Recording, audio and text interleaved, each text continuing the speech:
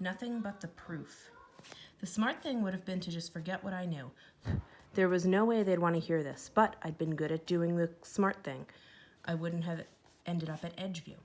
I waited until that evening when Flinch, Lucky, and Cheater were in the room with Torchy and me. Then I waited till they started talking about science class. That didn't take long. You know, Cheater said, I bet that Mr. Briggs could get fired for that experiment. You're crazy, Torchy said. No, he's right, Lucky said. And that kind of different stuff, and they get real funny about it.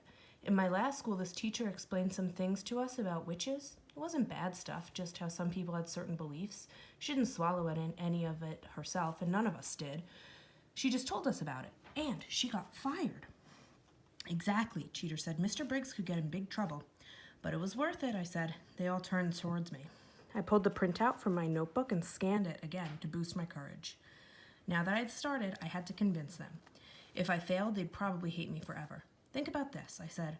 What would your score be if you answered the same thing each time? What if for each of the 25 guesses you say square? Suddenly, I had a very good idea how a parachutist felt the first time he jumped out of a plane.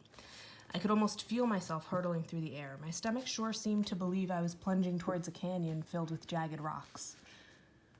I waited for my parachute to open. But there aren't 25 squares, Torchy said. Right, Flinch said there are 5, so you'd score 5 out of 25, 1 out of 5, or 20%.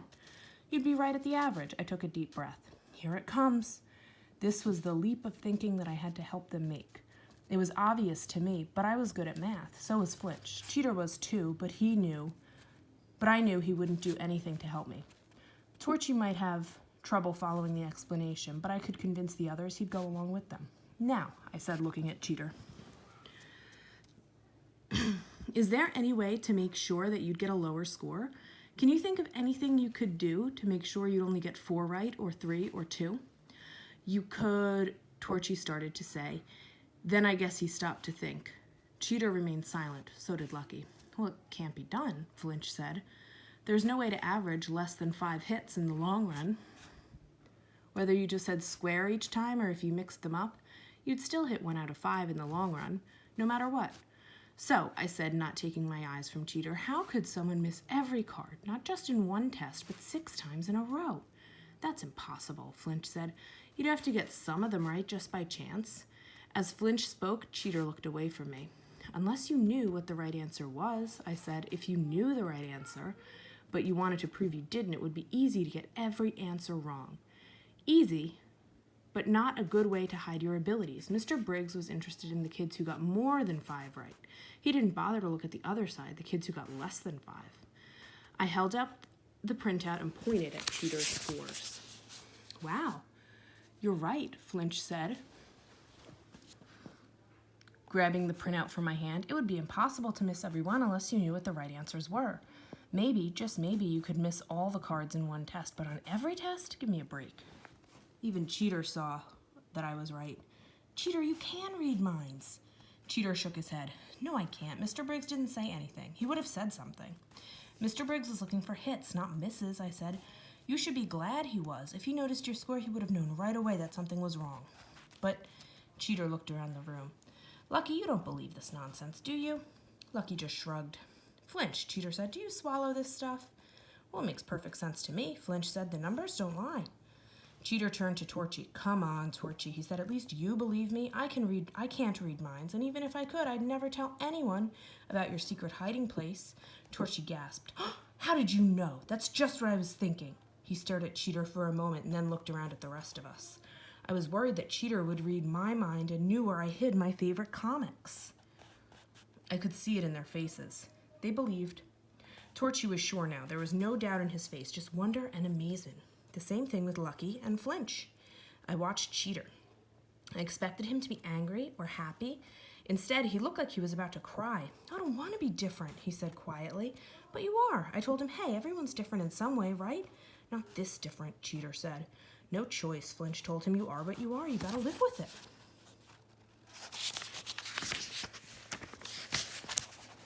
There's this guy in town, Cheater said. Everyone called him Crazy Wally. He walked around talking to himself and he heard voices. People laughed at him. Kids teased him. One day, the voices told him to get even. He killed 3 people before the police shot him. Cheater stared right at me. I'm not crazy. Hey, no one said you were. I began to understand his anger and fear. You don't hear voices. You aren't walking around talking to yourself. That's not what it's like, is it? Cheater shook his head and started to speak again, but it took several tries. I didn't want to believe it. He looked down at the floor. We all waited quietly. Finally, he went on. Sometimes I just know stuff. It's not like I can hear it. I can't pick through people's brains.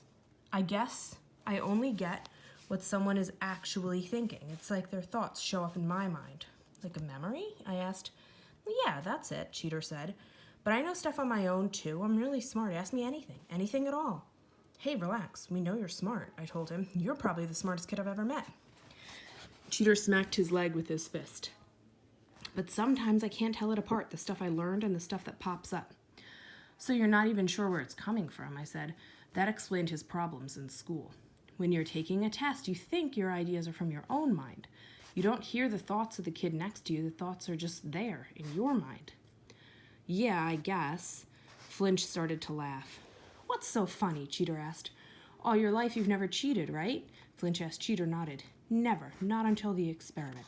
So after that, after a whole lifetime of being honest, when you finally decide to cheat, you're so bad at it you get caught right away. Flinch rolled on the floor, laughing so hard he started to gasp for breath. Cheater laughed, too. Then his face grew serious and he looked around the room. I don't try to spy on anyone. I really can't. We know, Lucky said. He put his hand on Cheater's shoulder. I trust you. Hey, don't worry, Torchy said. We aren't afraid of you or nothing honest. You aren't crazy, and you aren't the only one with special powers, I said. They all turned back to me. I felt like I was jumping out of another plane. Oh, you aren't going to start with that again, are you? Torchy asked. No, I said. I just sit here and let you set your chair on fire. I pointed toward his left hand. Youch! Torchy jumped from his seat. One arm of the chair, where he'd been resting his fingers against the wood, a smoldering spot gave off a small wisp of smoke. Who did that? You did, Torchy.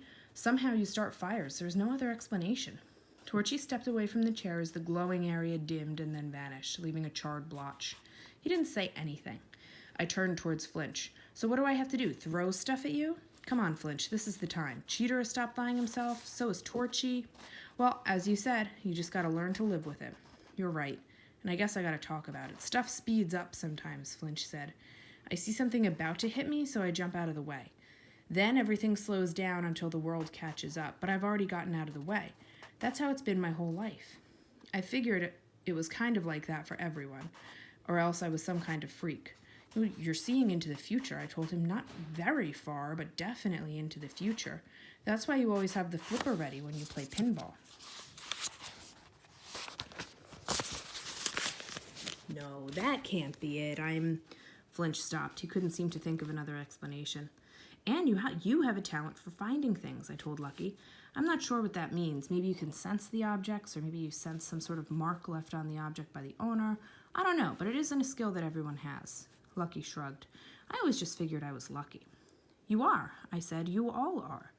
As much as I should have been thrilled that they finally believed me, there was a sad side that I couldn't ignore. I guess I felt left out. They had these wonderful abilities, and I had nothing. But at least I could help one more person, someone I'd treated pretty rottenly. There are others, I said. Who? Lucky asked. Well, I'm not positive in some of the cases, but there's one person I'm absolutely sure about. Hang on, I'll go get him. I went down the hall and knocked on Trash's door. What? He asked as I stepped inside. There are some kids down the hall who want to meet you. I said, is this some kind of a joke? He asked. No joke. I said, I promise. Why would they want to meet me? He asked. Let's just say you have a lot in common. I turned towards the door, then stopped. Well? Trash shrugged and got up. I could understand that he'd want to be cautious, but as he crossed the room, I thought I saw the slightest hint of a smile on his lips. All right. And we have an unfinished letter from Dorothy Anderson. We know that that's Martin's mom. And it says, Dear Martin, I'm sorry I didn't write sooner. The house feels different without you here. Everyone misses you, especially your sister. Your father misses you too, of course.